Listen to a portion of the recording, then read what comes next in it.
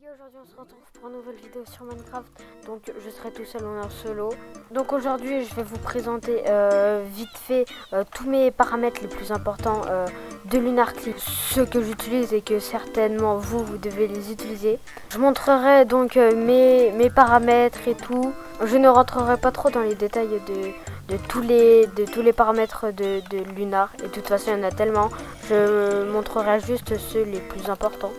Et on va commencer avec le mode temps, c'est en fait le sky si vous voulez. Donc les gars, vous allez aller dans réglages, vous allez mettre temps. Donc le changeur de temps, ça sert à mettre jour ou nuit. Moi je vais le mettre là parce que là c'est stylé. Qu'on se l'avoue, c'est un mélange entre nuit et jour. Enfin, je trouve ça stylé. Ensuite les gars, on va passer dans la pincette visuelle pour un truc bien spécial. Les dégâts quand tu tapes une personne. Donc moi je mets un chroma. Parce que le chroma c'est stylé. Et vous pourrez régler comme vous voulez. Par exemple en blanc, les dégâts seront blancs. Et vous pouvez mettre en jaune et tout. Donc les gars, vous pouvez voir que hop, dès que je vais taper un PNJ, et ben vous verrez que c'est en chroma. Donc chroma c'est genre ça change de couleur. Après les gars, on va passer au keystroke. Donc c'est le clavier que vous pouvez voir là. Moi je le mets en blanc, c'est la couleur basique. Donc là vous avez quand vous pressez, donc moi je reste en blanc et tout.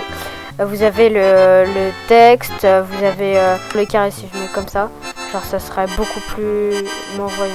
Donc je le mets comme ça, c'est stylé. Ensuite les gars, vous allez avoir la rétule, donc c'est le crosshair. Donc le crosshair en anglais ça veut dire la croix quoi. Moi je mets comme ça, donc c'est un truc très simple, vous pouvez recopier ce qui est épaisseur, taille et tout. Donc là j'ai tout mis en blanc, donc c'est la couleur basique. Le point de couleur, donc le point ça serait là, je le laisse en blanc et tout. Et la couleur amicale, donc quand vous allez regarder un cochon ou un PNJ, un truc dans le genre, la couleur elle sera blanche. Et après pour la couleur ennemie, donc les zombies, les squelettes, les autres joueurs, bah là, ça deviendra en rouge. Genre je l'ai mis en rouge, vous pouvez le mettre en n'importe quelle couleur, jaune et tout, mais je le garde en rouge, c'est stylé. Donc les gars, vous pouvez voir là, le pointeur il est blanc, là il est rouge, car ça c'est un ennemi.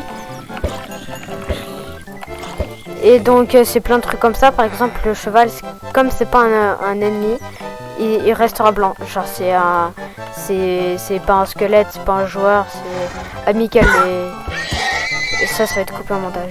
Après les gars, vous avez le Hypixel mode, donc c'est quand vous vous connectez à Hypixel. Normalement si vous jouez à Minecraft, vous connaissez un minimum Hypixel. En fait Hypixel c'est un serveur, c'est le premier serveur le plus connu.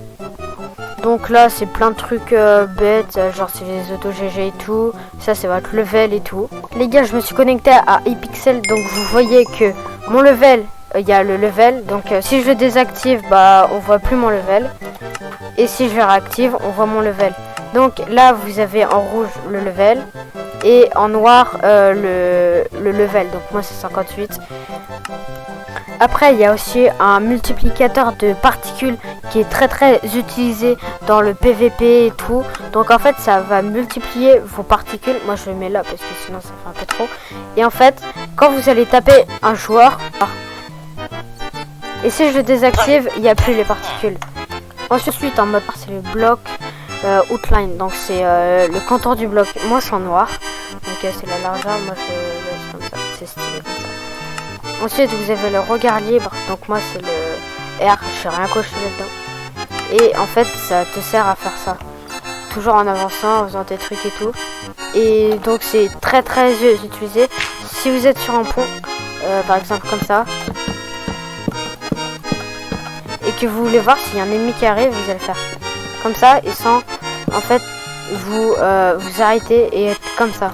Ou après il y a aussi beaucoup de trucs où tu es comme ça, ou plusieurs où tu continues à avancer comme ça. Mais qu'on ne se le cache pas, c'est plus pratique d'avoir le free look. Après dans le général, j'ai juste activé ça.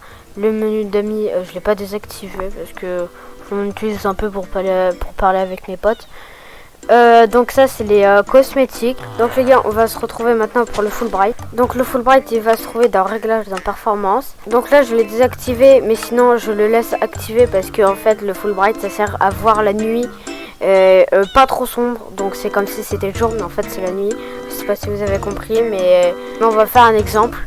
Par exemple là j'ai désactivé le Fulbright. Là je vais le réactiver. Et normalement vous voyez légèrement la différence. Que c'est beaucoup plus clair. Donc si vous êtes dans les mines à miner comme ça en UHC, et bah vous verrez pas sombre, vous verrez lumineux.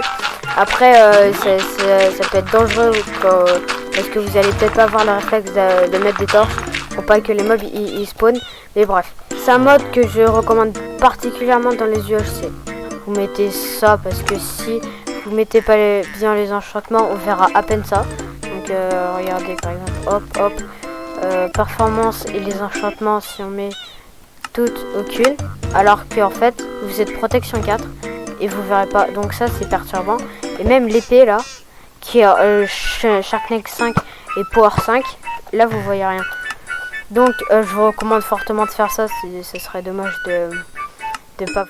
J'espère qu'elle vous aura servi et qu'elle vous aura plu. N'hésitez pas encore à liker et m'encourager dans les commentaires et surtout de vous abonner, ça me ferait extrêmement plaisir.